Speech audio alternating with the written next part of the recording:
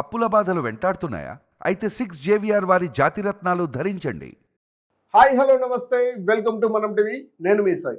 ప్రస్తుతం మనతో పాటు సీనియర్ జర్నలిస్ట్ కట్ట కార్తిక్ గారు ఉన్నారు. సార్తో మాట్లాడదాం. అన్న నమస్తే. నమస్తే సాయి. అన్న, చెవిరెడ్డి భాస్కర్ రెడ్డి గారు బెంగళూరు ఎయిర్పోర్ట్లో కొలంబోకి వెళ్తుండగా పోలీసులు అడ్డుకోవడం జరిగింది. ఆల్రెడీ లుకౌట్ నోటీసులు జారీ చేశారు, అందుకే పోలీసులు అడ్డుకోవడం జరిగింది. అంటే దొంగతనంగా ఎక్కడికి వెళ్ళిపోతున్నారు, ఏ కేసు మీద వెళ్ళిపోతున్నారు, బయట ఎలా చూడొచ్చు అంటారు దీన్ని? చెవిరెడ్డి భాస్కర్ రెడ్డి వైసీపీ పార్టీకి సంబంధించిన సీనియర్ నాయకుడు, మాజీ ఎమ్మెల్యే. అతను బెంగళూరు ఎయిర్పోర్ట్ లో కొలంబో వెళ్ళటానికి ప్రయత్నం చేస్తుండగా ఇమ్మిగ్రేషన్ అధికారులు అడ్డుకున్నట్టు తెలుస్తా ఉంది. సహజంగా ఇమ్మిగ్రేషన్ అధికారులు వాళ్ళు ఎవరు వెళ్తా ఉన్నా వాళ్ళ హిస్టరీ మొత్తం చెక్ చేస్తారు. వాళ్ళ మీద ఆల్రెడీ లుకౌట్ నోటీసులు ఉంటే అవి చెక్ చేసుకుంటారు. సహజంగా ఇమ్మిగ్రేషన్ అధికారుల పనది. ఇమిగ్రేషన్ అధికారులు చెవిరెడ్డి భాస్కర్ రెడ్డి మీద ఆల్రెడీ లుకౌట్ నోటీసులు ఉన్నాయి కాబట్టి అతన్ని అడ్డుకొని అతన్ని అదుపులో తీసుకుని అతను ఆంధ్రప్రదేశ్ పోలీసులకి అప్పచెప్పినట్టు తెలుస్తా ఉంది. ఇప్పటికే అతన్ని ఏపీ తీసుకొస్తున్నట్టు కూడా తెలుస్తా ఉంది. రేపు నిజానికి జగన్మోహన్ రెడ్డి గారి పర్యటన కూడా ఉంది. రేపు జగన్మోహన్ రెడ్డి గారి పర్యటనలో ఉండాల్సిన చెవిరెడ్డి భాస్కర్ రెడ్డి గారు ఈ రోజుకు ఉన్న పలానా కొలంబో ఎందుకని వెళ్ళాలని చూస్తున్నారు. Basic point. అందులోనూ లిక్కర్ స్కామ్ లో A34గా ఉన్నటువంటి వెంకటేష్ నాయుడుతో కలిసి వెళుతున్నారట. అంటే చెవిరెడ్డి భాస్కర్ రెడ్డి గారు తప్పించుకోవడానికి ప్రయత్నాలు చేస్తున్నారా? ఎందుకంటే ఇప్పటికే ఆయనకి లిక్కర్ స్కామ్ ఆయన పేరు వచ్చింది, ఆయనకి నోటీసులు వచ్చి ఉన్నాయి, ఆయన విచారణకు హాజరు కావాల్సి ఉంది. అంటే ఆయన అరెస్ట్ అవుతాడు అనేటువంటి పక్కా సమాచారం ఉండటం ఫలితంగా అతన్ని అదుపులో తీసుకుంటారు పోలీసులు, ఖచ్చితంగా అరెస్ట్ చేస్తారు అనేటువంటి సమాచారం వస్తున్నటువంటి సమయంలో ఆ సమాచారం ఆధారంగానే పోలీసులు దొరకకుండా, అరెస్టు జరగకుండా తప్పించుకోవడానికి ప్రయత్నం చేస్తున్నాడా? వైసీపీ నాయకులు ఉన్న సహజ అలవాటు ఏంటంటే ఎప్పుడెప్పుడైతే నోటీసులు వస్తాయో, ఎప్పుడెప్పుడైతే అరెస్టులు జరుగుతాయి అనేటువంటి సమాచారం వస్తో వెంటనే వైసీపీ నాయకులు అబ్స్కాండ్ అవటం గత కొన్నాళ్ళుగా మనం చూస్తా ఉన్నాం. ఇప్పుడు కొన్నాళ్ళు బోర్గడ్డ అనిల్ కుమార్ పోలీసులకి సమాచారం లేకుండా తిరిగాడు ఉన్నటువంటిది. తర్వాత మొన్నటికి మొన్న మాజీ మంత్రి కాకాని గోవర్ధన్ రెడ్డి, ఆయన ఏకంగా మంత్రిగా పనిచేసిన వ్యక్తి, ఆయన కూడా ఫోన్ స్విచ్ పెట్టుకుని కొన్నాళ్ళు తప్పించుకోకపోయినటువంటి పరిస్థితి. పేరు నాని విషయంలో కూడా చూసాం, ఆయన కూడా కనపడకుండా తిరిగినటువంటి పరిస్థితి. అంతకుముందు రామ్ గోపాల్ వర్మ తప్పించుకొని తిరిగినటువంటి పరిస్థితి. అంటే వీళ్ళంతా కూడా ఎప్పుడెప్పుడైతే కేసులు పడతాయో, ఎప్పుడెప్పుడైతే నోటీసులు వస్తాయో, ఎప్పుడెప్పుడైతే అరెస్టు జరుగుతుందని సమాచారం వస్తో వెంటనే కనపడకుండా అజ్ఞాతంలోకి వెళ్ళిపోతారు. వెంటనే పోలీసులు కష్టపడి వీళ్ళని సెర్చ్ చేసి ఎక్కడో పక్క రాష్ట్రాల్లో వీళ్ళని పట్టుకోవాల్సి వస్తుంది. ఫర్ ఎగ్జాంపుల్ లిక్కర్ స్కామ్ లో ఉన్నటువంటి వాళ్ళందరూ చూడు, అందరూ కూడా పోలీసులు అరెస్ట్ అదే కష్టపడి పట్టుకున్న వాళ్ళే, వాళ్ళందరూ వాళ్ళు వచ్చి లొంగిపోయిన వాళ్ళు, విచారణ కాదనైన వాళ్ళు తక్కువ. రాజు కసిరెడ్డి హైదరాబాద్ ఎయిర్పోర్ట్ లో దొరికాడు. అతను నిజానికి హైదరాబాద్ ఎయిర్పోర్ట్ లో గిరక అదుపులో తీసుకోపోకుంటే అతను ఆల్రెడీ శ్రీలంక పోయి ఉండేవాడు. అతను విదేశాలకి పారిపోతుండగా శంషాబాద్ ఎయిర్పోర్ట్ లో అతని మీద లుకౌట్ నోటీసులు ఉండటం వల్ల ఇమిగ్రేషన్ అధికారులు అడ్డుకోవటం, ఏపీ పోలీసులు అతను అదుపులో తీసుకోవడం, అరెస్ట్ చేయడం జరిగిపోయింది. అంటే అర్థం కావట్లేదా?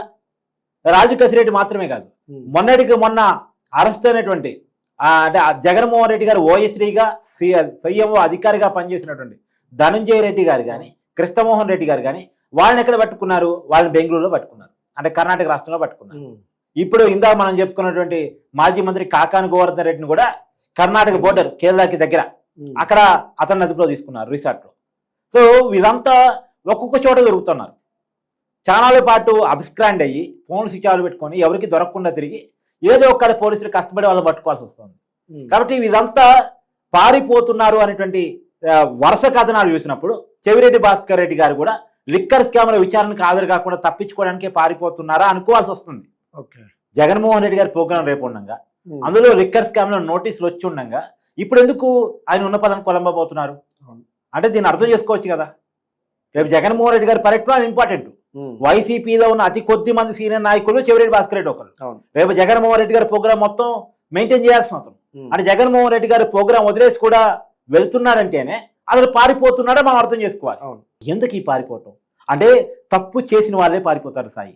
ఇప్పుడు పారిపోవాల్సిన ఎవరికి వస్తాయి? దొంగలకు వస్తాయి, రౌడీలకు వస్తాయి, లేదా ముఠా నాయకులకు వస్తుంది, క్రిమినల్ హిస్టరీ ఉన్న వాళ్ళకి వస్తాయి. తప్పు చేయలేదు అనుకున్న వాళ్ళకి పారిపోవాల్సిన అవసరం లేదు కదా.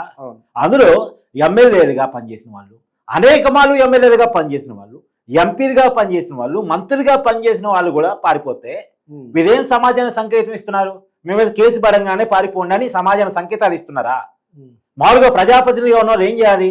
వాళ్ళ మీద ఏదైనా ఆరోపణ వచ్చినప్పుడు వాళ్ళంతటి వాళ్ళు పోయి వాళ్ళ చిత్తశుద్ధి నిరూపించుకోగలగాలి. దానివల్ల అబ్బో మా నాయకుడు నిజాయితీపరుడు, కేసులు వస్తే చూడు ఎలా పోయి నిరూపించుకున్నాడు, కోర్టుకు పోతున్నాడు, స్టేషన్కి పోతున్నాడు, కోర్టులో పోరాటం చేస్తున్నాడు, పోలీసులు విచారణకు హాజరవుతున్నాడు, చిత్తశుద్ధిని నిరూపించుకుంటున్నాడు అని బయట జనాలు చెప్పుకోగలగాలి, ఓటేసి జనాలు మాట్లాడుకోగలగాలి. ప్రజా నాయకుడికి ఉండాల్సిన విషయం అది. నాయకుడు తెరిచిన పుస్తకంలో ఉండాలి. కానీ ఒక నాయకుడే ఎమ్మెల్యేగా పనిచేసిన వ్యక్తే, మంత్రిగా పనిచేసిన వ్యక్తే ఫోన్ స్విచ్ ఆఫ్ పెట్టుకొని పారిపోతున్నారంటే ఎంత ఎబ్బెడతారం. మనం గతంలో విన్నాం ఒక మాజీ మంత్రి విషయంలో. అతను ఆటోలో ప్రయాణించి, అంటే కాళ్ళలో తిరిగే స్థాయి ఉన్న వ్యక్తి ఆటోలో ప్రయాణించి తన ఫోన్ స్విచ్ ఆఫ్ చేసుకుని ఆటో డ్రైవర్ ఫోన్ నుంచి ఇంట్లో వాళ్ళతో మాట్లాడుకున్నటువంటి విషయాలు బయటకు వచ్చాయి. ఎంత చౌకబారుతనం ఇది, ఎంత నిస్సిగ్గుతనం అది. అంటే ఈ పరిస్థితి నుంచి వైసీపీ మారాలి. అంటే వైసీపీ వాళ్ళు దొంగలు, వైసీపీ వాళ్ళు రౌడీలు, వైసీపీ వాళ్ళు అవినీతి పనులు అని ప్రభుత్వం చెప్పటమో, టీడీపీ చెప్పడమో, లేదా కూటమి పార్టీలు చెప్పడమో పక్కన పెట్టేస్తే వాళ్ళు పారిపోతున్న విధానం వల్ల వాళ్ళ ప్రజల్లో అనుమానాలు క్రియేట్ చేస్తున్నారు. ప్రజలు మాట్లాడుకునేలా చేస్తున్నారు. తప్పు చేయని వాడైతే విచారణకు హాజరు కావచ్చు కదా, తప్పు చేయని వాడైతే చట్టం ముందు నిలబడొచ్చు కదా, న్యాయ పోరాటం చేసుకోవచ్చు కదా అని ప్రజలు చర్చించుకుంటున్న పరిస్థితి. ఎందుకు ఈ పరిస్థితి? మొన్నటికి మొన్న అమరావతి విషయంలో కీలకమైన వ్యాఖ్యలు చేసినటువంటి కృష్ణరాజు అలానే పారిపోతే అతన్ని అదుపులో తీసుకోవాల్సి వచ్చింది. ఎవరు వాళ్ళందరూ వచ్చి లొంగిపోయే పరిస్థితి లేదు. పోలీసులు వెతకాలి, వాళ్ళని పట్టుకోవాలి, వాళ్ళ అదుపులో తీసుకోవాలి, వాళ్ళని విచారించాలి. ఈ పరిస్థితి ఎందుకు వస్తుంది? ఒకసారి ఒక రాజకీయ పార్టీగా ఉన్నప్పుడు, ప్రజా జీవితంలో ఉన్నప్పుడు ఖచ్చితంగా రాజకీయ పార్టీలు, రాజకీయ నాయకులు తమను తాము రివ్యూ చేసుకోవాలి, తమను తాము సత్యత నిరూపించుకోవాలి. రాజకీయాలు ఉన్నప్పుడు తప్పదు ఆరోపణలు వస్తాయి, రాజకీయాలు ఉన్నప్పుడు తప్పదు కేసులు వస్తాయి. తాను నిరూపించుకోవాల్సిన బాధ్యత వాళ్ళదే ఉంటుంది సహజంగా. అంటే ఇన్ని చేసినప్పుడు రేపు పొద్దున నియోజకవర్గంలోకి వెళ్ళి ఓట్లు ఎలా అడగలుగుతారంటారు? అంటే ఎలా అడగలుగుతున్నారనేది మనం చూస్తూనే ఉన్నాంగా. ఇప్పుడు రాజకీయాల్లో నిస్సిగ్గుతనం పెరిగిపోయింది.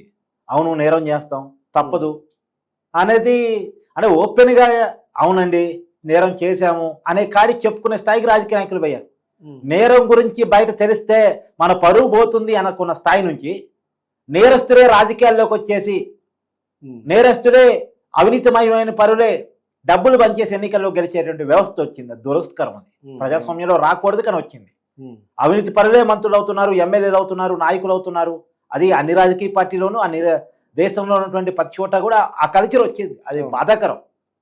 కానీ ఏది ఏమైనా ప్రజలు వాళ్ళ చైతన్యంతో బుద్ధి చెప్పగలిగితే, ప్రజలు చైతన్యంతో వాళ్ళని ఆదరణ లేకుండా చేయగలిగితే అలాంటి వాళ్ళకి ఖచ్చితంగా బుద్ధి వస్తుంది. రైట్. Thank you sir.